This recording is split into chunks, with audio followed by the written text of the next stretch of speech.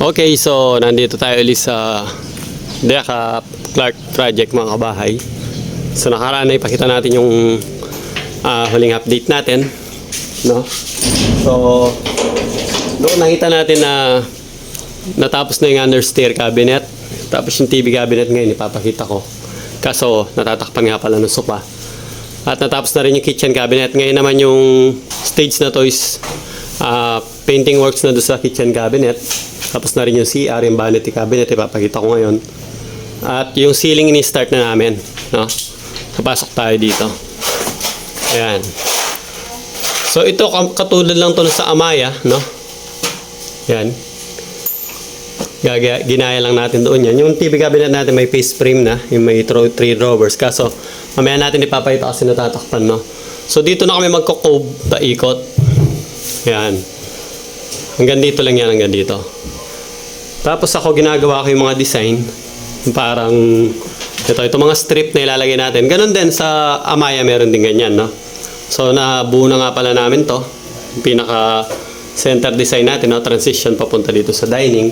So ito yung install ko ngayon to, parang magiging siyang fluted panel wall, no? Babarnisan namin to. Wood look finish to. Diretso yan, meron din ditong sa ibabaw banda. Ito naman yung ating ipakita ko na to, no? Ayan, yung merong wine rack sa loob. Then, dito tayo sa kusina, ayan, no? And si Broel, meron yung bumabanat dyan. Aqua Glossit, no? Yung gamit natin from Davies. Ayun. Tapos, timber prime din ng Davies, water base lahat. Ang ginamit natin dyan, no? Wall putty naman yung ginamit natin na pangmasilya. So, ayan, puting-puti na. Gamit dyan yung Aqua Glossit. Kaya sa Aqua Glossit, baka naman. Sa Davies pala, baka naman. Ayan, no? Puting-puti na, no? So, okay na yan. Yung mga pinto sa baba, na pinturahan na rin, nandito sa labas, papakita ko sa inyo. Ito pala sa baba, hindi pa. Yung sa taas, ayun. Nandito sa gilid, no? Then, dito naman, punta tayo sa CR. Yan, linis na lang ito. Okay na to. Ito yung ating vanity cabinet, no? Gumagana na yan, working na yan. Ito naman nakapintura na, no? Aqua Glossit din yan. Yes. Pero baka maglalagay pa daw tayo dito na shelf. Kamukha lang ginawa ni Kenneth ng Galamambeng. Siguro gagamit na lang tayo ng pine wood na ang lapat siguro 10 inches. Bibili tayo. Ihang natin siya dyan. Baka dalawa mga ganun, no? So, dito okay na yung floor drain pala, kung mapapansin nyo. Yung dating plumbing na yan, no, sinundan na lang namin. Alright? So, yun nga yung ginagawa ko ngayon. Yung ginagawa namin ngayon is focus kami dito sa ceiling para pagkatapos ito is painting works na lang lahat ang babanatan namin. Okay, so yun muna mga kabahay, pagpapatuloy na namin to. At subaybayan nyo pagka natapos namin to.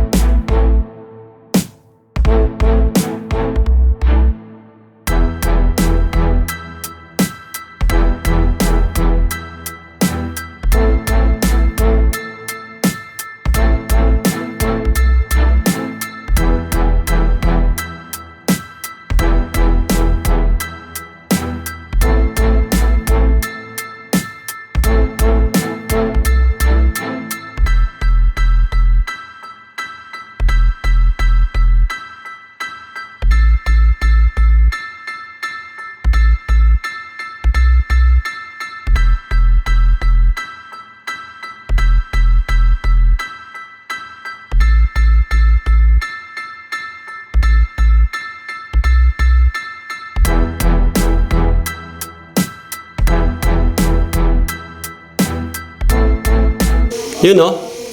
So, ayan yung ginawa natin mga kabayo. Ganda na, oh. Yan.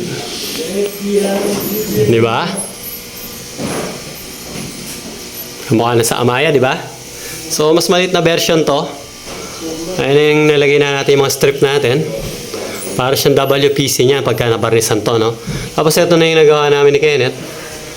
Para naman ito sa cove, no? Yan. So, hanger na lang yung kulang yan. Iahang na lang yan dito. So, bukas matatapos na to. Tsaka itong sa kabila, kaya na itong tapusin bukas yung cove light dito. Yan. Nakapaglagay na rin ako ng pinaka, ano natin doon, yung border natin doon sa likuran, no? So, plyboard yung ginagamit namin. Yan. Straight lang ginawa natin, no? Hindi na tayo umikot dito na cove. Pangit kasi tingnan niyo yung hagdan. So, dito magiging flat ceiling na lang yan. Pwede tayo maglagay ng isang pin light. No? So, magsisiling pa tayo dyan. Yan. So, yung nagawa namin ngayon araw mga kabahay. Tapos yung cabinet natin, yun. Ayun, nakalagay na yung mga pinto, oh. Puting-puti. So, ano na lang yung kulang yung handle, no? Nag-order na tayo dyan sa Lazada. Hintayin na lang natin. At papupuntay natin si Greg dito para may abang na yung mga wiring nung cove light at saka mga pin light, pati rito. Para mapagtakip na kami bukas at matakpan na namin tong cove at matapos na pwede nang pinturahan. Okay, so abangan nyo yung mga kabahay. Okay, update ulit tayo mga kabahay. Ito yung ginawa natin nung last time na pinakita natin. Ayan. Okay na yan. Then yung sinasabi ko na cove light. Ito. Pag ano na kami rito, framing. So isasara na namin yan. Pero bago yon, ilulusot muna namin yung mga abang niya, no? Ng wiring para sa cove light at saka mga pin lights. Then dito sa kabila is tambol lang. Yan, simple lang dito, paikot. Yan. So yung depth natin dito, lalim nung ating ano is 10 cm lang dito and then 15 dun sa may cove. Tapos mapapansin nyo yun, nakabili na ako ng pine wood. Ito na yung railings natin. Magsisilbing railings natin sa hagdan. So naikasa ko na yan pero kakalaging ko pa yan. Kasi babarnisan na lang namin yun sa labas, no? Kamukha yan ng kila Ma'am Nicole. Okay, so abangan nyo yun mga kabahay. Next, ipapakita ko naman yung pag nakatakip na ito, no? Okay. And so, bago kami magtakip mga kabahay, siyempre abang na natin yung para sa wiring ng mga ilaw natin dito sa pin light at saka sa cove light. So, habang hinihintay namin yun, bago namin takpan ito, isasara na lang naman, ilalagay na muna namin yung WPC fluted panel natin dito, no? Sa ating pinto. Yun yung magiging design niya sa harap yan. So, kakalagay namin ni Kenneth yan and then install na namin tapos ibabalik ulit. Alright?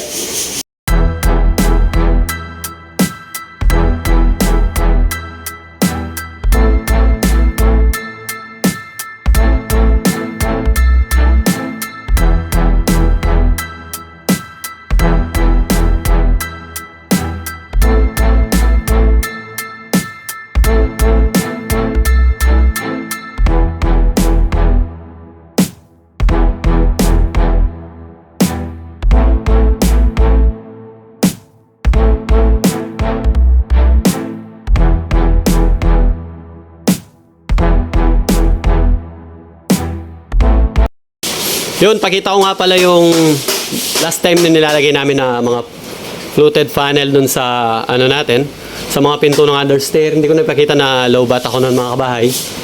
At eto, nandun sa kabila. Tapos na siya, no? Pinipinturahan na nga. Mamaya na natin i-discuss yung about dun sa ginagawa ni Kenneth ngayon. So, ko lang pakita sa inyo itong finished product ng pinto ng ating understair. Ano, napakaganda. Ito tape lang to kasi nagmasilya kami ng body filler dito para yung mga butas is masarahan namin. Then naka-primer na rin sa likod yan ng white kasi yung inside ng ano natin, interior ng ating understair cabinet is white lang. So yan yung fluted panel na ginamit natin. At yung mga kaparis niya, ayun, nakatalikod, no? Naka-primer na yan. Dito naman, binabanatan na ni Bro Elmer yung ano, bahay ng gagamba. Kasi darating na yung mga in-order namin gagamba para dyan. Yung gagamba dyan nakabote. Tarantula. Ha? Tarantula. Tarantula. Nakabote sila. Ilalagay sila dyan mga kabahay. Hindi, wine rack. Yun yung wine rack natin mga kabahay. So dito naman, yung ginagawa ni Kenneth. Solid, ano nga pala to, no? Solid wood na palot china o pine wood, no? Na binili natin sa Angeles. No? 900 pesos nga pala ito. Ang size nito is, wala siya sa 10 inches. Nasa mga 9 and 3/4 lang siya. Then yung haba nito is, nasa 2.9 meters, ano? Almost 10 feet, no? So ito nga pala, bali shelves ito, no? Hanging shelves, so floating shelves. Ngayon ito yung idea namin dito na share ko sa inyo. Na ginagawa namin pag naghahang kami ng mga ganitong shelves, no? Mga hanging shelves. So gumamit ako rito ng 9mm na round bar. Siyempre nag-drill din ako ng 9mm na gamit yung drill bit na pang kahoy. And then papasok lang natin yan, mga 5cm, tapos meron din tayong 5cm na nakalabas. Tapos dun sa ating wall, magbubutas din tayo ng pang masonry bit gamit yung 9mm. And then ipapasok lang natin to, pero dapat maging accurate tayo dun sa butas. Di pwedeng lumayo kasi hindi ito papasok, no? Tapos dapat yung pagbutas natin is levelado para pag pinasok natin yan. Ngayon, minakap na namin to, tinanggal lang. Ngayon pinipinis ni Kenneth. So binatakan niya to ng buo, ibig sabihin minasilya niya to ng buo gamit yung spear tight na pang masilya, no? Lacquer type na masilya. Saan na ba ito? Ito yung spear tight, lacquer type, no, na wood putty. Ang purpose nun para masara lahat yung betas o yung natural na butas ng kahoy. So antas nilihan niya na yan ng 100, 240, and 360, tapos ganyan siya kakinis. So natural finish lang to, hindi na namin to istainan. So ready na ito for spray ng kanyang unang sealer. Ito is sanding sealer from Davis, baka naman. Ito, hindi. Ano talaga natin yung Davis? Sponsor natin yan. Sa mga nakaraan, no? Pero ngayon, baka naman uli. So, spray niya na to ng primer para may salpak na natin. Tapos pakita ko sa inyo yung progress dito sa loob.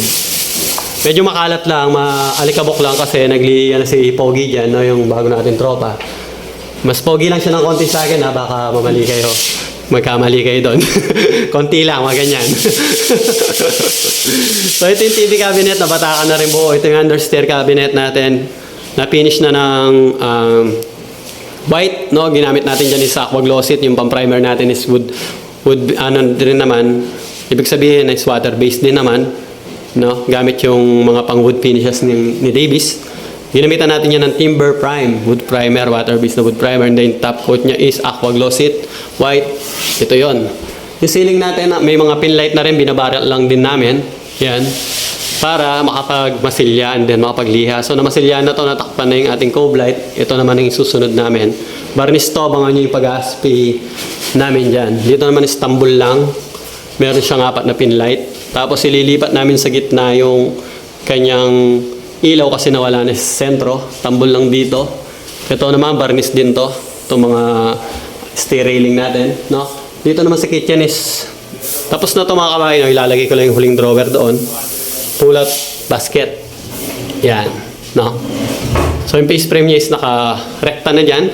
Dito natin ilalagay yung ating, ito yung sinasabi ko yung pagsasabitan ng ating hanging shelves o floating shelves. So okay na rin yan, no? Gumagana na yung mga yan. Gumagana na yung mga kabayan. May salamin na rin. Okay, salamin natin, no? So, yun. Abangan nyo mga kabahay yung painting works na kami, finishing works. Ilang araw na lang ito matatapos na kami. Abangan nyo yung mga kabahay sa next video. Papakita ko yung pag nakalagay na yung mga pinto nung ating understair cabinet. Maganda yun. Abangan nyo yun na yung may fluted panel. Alright? Yun. So, naglilinis na kami mga kabahay, no? At patapos na kami sa araw na ito. Overtime na naman kasi nga nagra-rush tayo kasi kailangan na ito matapos sana bukas. Sana bukas. Kayanin lahat. Dahil piniprepare na nila Kenneth to tsaka ni Bro Elmer. Dahil bukas, banatan na namin to, no? Base coat, no? Base color natin dito is yung beige. Kagaya nito. Kasi gusto nila maging dark yung kulay. Kaya dinark na nila yung base color natin. Siguro hawig lang daw dito yung kulay. Yun. Abangan nyo yung mga bahay bukas. And then, nga pala, nakakabit na yung ating mga pinto ng ating understair cabinet. No? Yung with, sa harap WPC na wall cladding, no? Fluted panel. At nailagay ko na rin yung push to open. Ito, masking tape lang to, no? Kasi bukas baka pa doble ko pa sa gilid.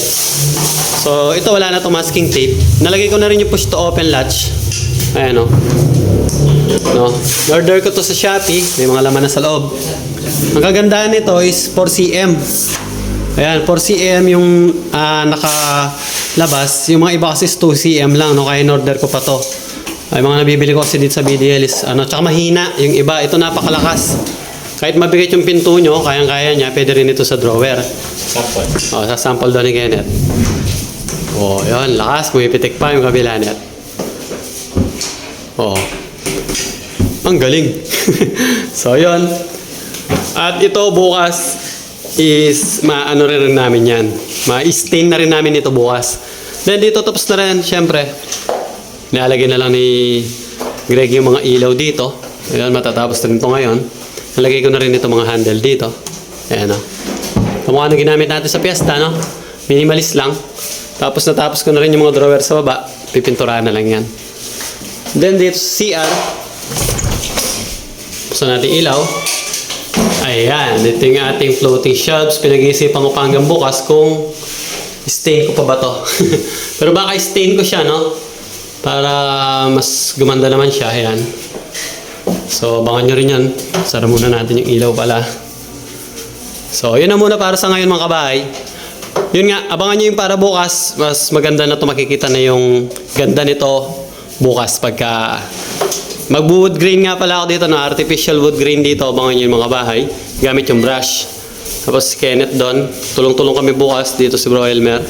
Sa handrail lot. Barnisan na bukas. Abangan nyo yung mga bahay. So hanggang dito na yung video natin sa araw na to. At salamat sa panonood.